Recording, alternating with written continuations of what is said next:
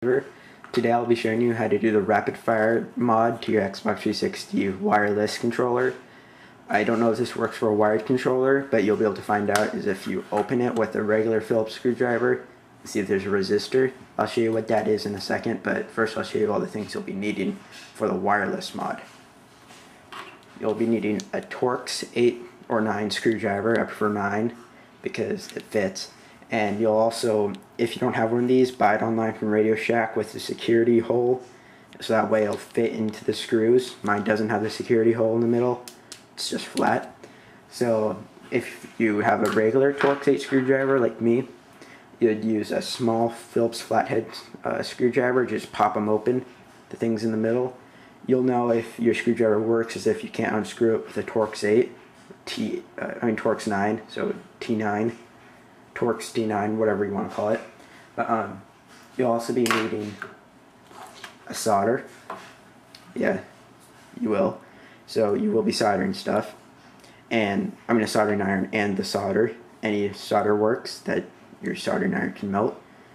It doesn't have to be this small, it's just this came with my soldering iron, so I just used it. And you'll be needing a momentary push button, 2 prongs. I recommend 2 prongs anyways. And yeah, just push it down and works. Some wire. I chose ribbon wire because it has negative and positive, and you can easily split these apart because you will have to. And yeah, this was 24 gauge. I think anything up to 30 gauge works. I don't know if anything lower works. You can go ahead and test it if you want. And make sure you test this before soldering anything. You can test it, so no need to worry. Alright, so, and 2 things you would want to have that are optional is Scotch tape. So that way you can tape the buttons to the controller when you open it. Right here, or they just spill out everywhere. It's really annoying. And you'll want a cereal bowl, or some bowl to hold all your nails in. And yes, I already unscrewed each nail, so that way it doesn't waste time in the video. And something to cut your wires with. I have sharp scissors here. It works. So, first things first. Let's open up this. Oh yeah, I gotta show you where the screws are. It might be helpful. There's one here, one here, one here, one here, one here, one here, and there's one behind the barcode in here. This is the most unnoticeable one. It's right in here. You open up the battery pack, scrape out the barcode with the flathead that you have, flathead screwdriver, and then unscrew it. It's pretty simple. So after you have that down, let's just tape it. It's not that difficult.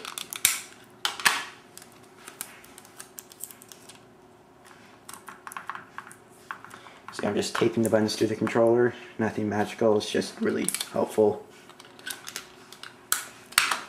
It's regular Scotch tape.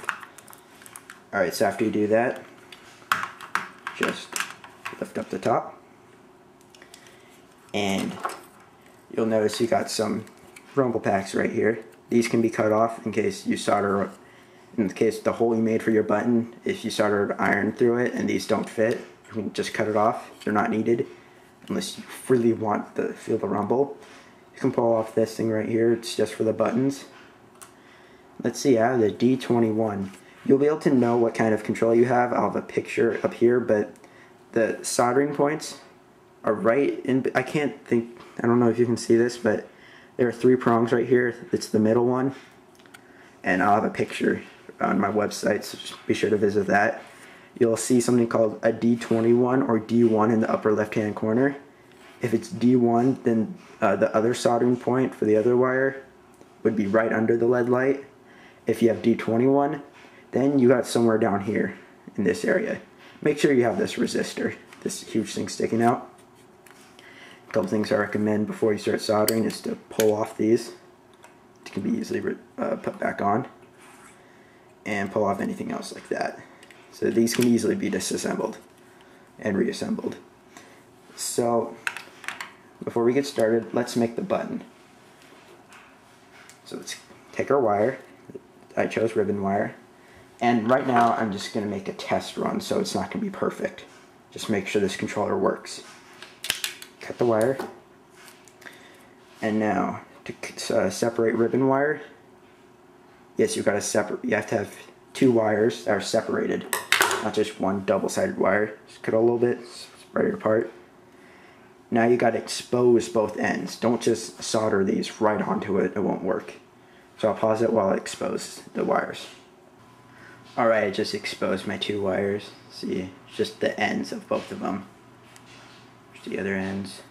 The wires are just exposed. You can make them smaller than this, but this is just for the video right now. You can make them the perfect size so it fits in your controller and everything. So yeah. Let's see, where's my push button? Here it is.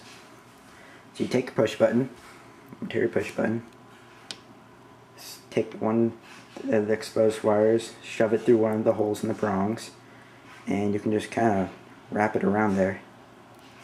You can also solder this into there, it's just to make sure it stays in. If you're good at soldering, that's of course. But with these kind of push buttons, don't touch this rubber part, or also just rip off. And it has happened. So, oh yeah, I forgot to mention, I'm not responsible for anything that happens to your controller or your Xbox Live accounts. If your controller breaks, not my fault. If it doesn't work, it's not my fault. And if you get banned from Xbox Live, it's not my fault. It's just how responsible you are when you're doing this.